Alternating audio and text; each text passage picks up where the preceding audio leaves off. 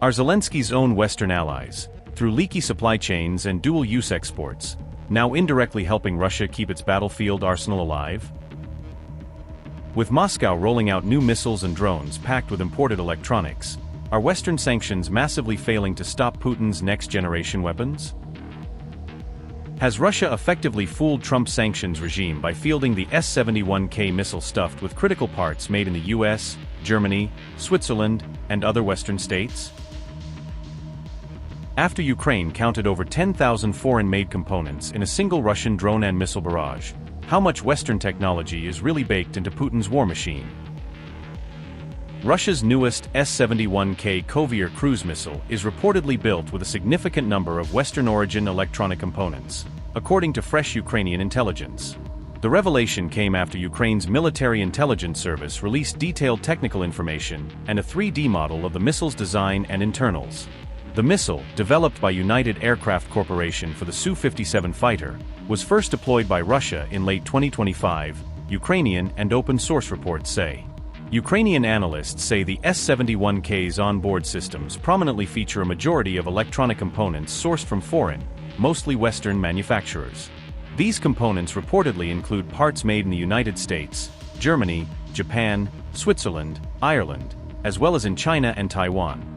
Experts argue this shows Moscow is still managing to bypass export controls and sanctions to keep its missile and drone production lines running. Independent research and battlefield debris analysis have repeatedly found Western-made components inside Russian weapons, the Hindustan Times and other outlets have noted. The S-71K Kovyor is designed for external carriage on Russia's Su-57 stealth fighter as a standoff strike weapon. It is a standoff air-to-ground cruise missile intended to hit targets from outside dense enemy air defenses. Analysts describe it as a simpler, cheaper, and more scalable cruise missile design optimized for mass production. The missile carries a 250-kilogram high explosive fragmentation bomb as its main warhead. It has an estimated range of up to about 300 kilometers. The S-71K is powered by an R-500 turbojet engine. It reportedly flies at subsonic speeds, around Mach 0.6. The missile can cruise at medium altitudes, up to roughly 27,000 feet. Ukrainian intelligence says it is fitted with numerous Western-origin electronic components. Meanwhile, Russia's S-70 Hunter drone reportedly had components from U.S. Analog Devices, U.S. Texas Instruments, U.S. Xilinx AMD, Switzerland's ST Microelectronics, and Germany's Infineon Technologies. Additionally, several Russian weapons have been found to contain components from Japan's Okumer Corporation, Japan's Matsuura Machinery Corporation, Korea's Samsung Machine Engineering Company, Taiwan's Akira Seiki, China's Hisayon Machining Centers. US-made components have also been identified in Iranian-designed Shahid drones used by Russia in recent strikes, including attacks reported in late March 2026.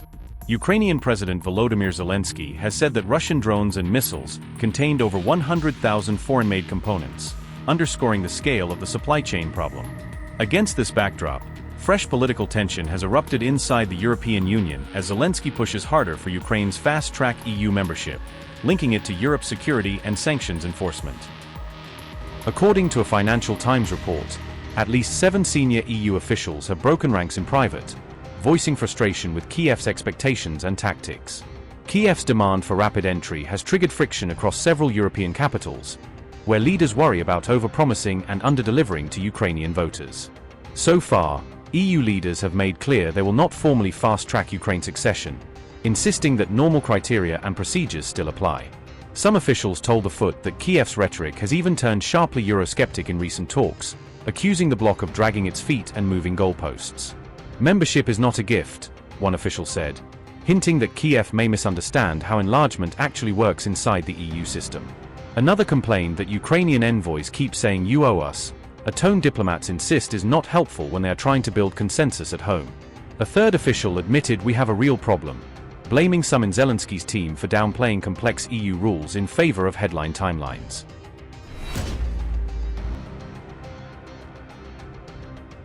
The current row kicked off when Ukraine pushed for a firm promise of membership by 2027, a deadline most EU states swiftly rejected as unrealistic. German Chancellor Friedrich Merz has called such quick entry not realistic, warning that rushing enlargement could prove politically dangerous inside the bloc. Merz even suggested that a future peace deal tied to EU membership could mean parts of Ukraine are no longer Ukrainian, hinting at territorial compromises as the price of accession. EU governments have rejected ideas of reverse enlargement, where Ukraine would join in name but have most benefits held back, fearing that would cheapen the club.